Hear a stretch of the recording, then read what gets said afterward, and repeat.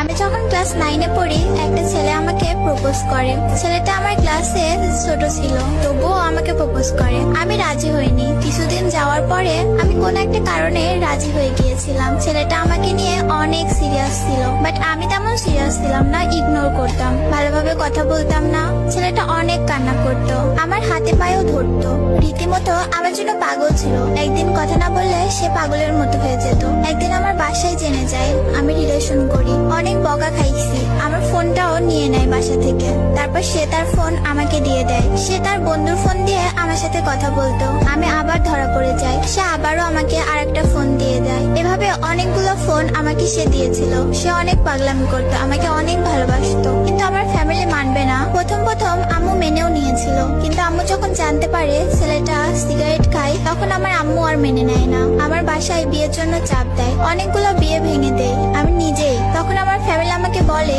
ঠিক আছে তোমাদের বিয়ে দেব, কিন্তু দুইজন কারোর সাথে কথা বলবা না, আগে বড় হও, তখন তোমাদের বিয়ে দিব।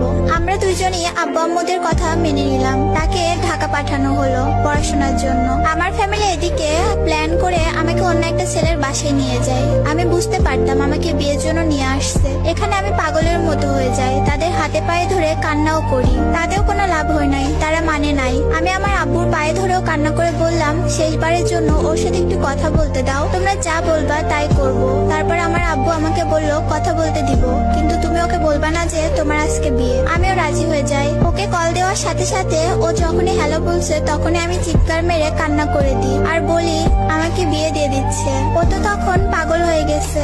রাত বাজে 2টা, কোনো গাড়ি নাই, কেমনে আসবে? ওই পাগলের মতো খালি পায়ে দৌড়ায় দৌড়ায় বাস স্ট্যান্ডে গেছে, কোনো গাড়ি নাই, রাস্তার মধ্যে শুয়ে পড়ে কান্না করছে। আর এখানে আমার কাছ থেকে আমার ফোন নিয়ে নিছে। আমি অনেকবার সেন্সলেস হয়ে গিয়েছি, তবুও কেউ মানে নাই। আব্বা আম্মু এসে আমার পায়ে ধরে বলতেছে বিয়েটা না করলে ওনারা মরে যাবে। তাই আর কিছু করার ছিল না, সিগনেচারটা করে ফেলি, হয়ে গেলাম অন্য কারো। কিন্তু মনটা মানতেছে না, আমি পাগলের মতো কান্না করি। কি করলাম এটা? আমার কান্না দেখে আমার ফ্যামিলি আমাকে বাসায় নিয়ে যায়। আর যার সাথে আমার বিয়ে হলো সেও বুঝতে পারে বিষয়টা, সে তার বাসায় চলে যায়। আমি আমার বাসায় এসে পাগল হয়ে গেছি পুরা। পরের দিন বিয়ের লোকজন আসবে আমাদের বাসায়। আমাকে আম্মু বললো তুমি সবার সাথে ভালো ব্যবহার করবা, ওরা চলে গেলে তোমাকে ওর কাছে দিয়ে আসবো, ওর সাথে চলে যেও। আমিও বিশ্বাস করি, সারাদিন বিয়ের লোকদের সাথে অনেক ভালো ব্যবহার করি। দেন সবাই চলে যায়, কিন্তু লোকটা যায় না। আমি খুব কান্না করি, লোকটা যায় না কেন, ও থাকবে কেন? লোকটা বলতে আমার হাজবেন্ড। আমি কান্না করতে করতে আম্মুকে গিয়ে বলি, আম্মু তোমরা তো আমাকে বলেছিলে সবাই চলে গেলে তুমি আমাকে যেতে দিবে, তাহলে ওই লোকটা যায় না কেন? আম্মু আর কথা বলে না। একটু পর দেখি বাসায় কেউ নাই, আমি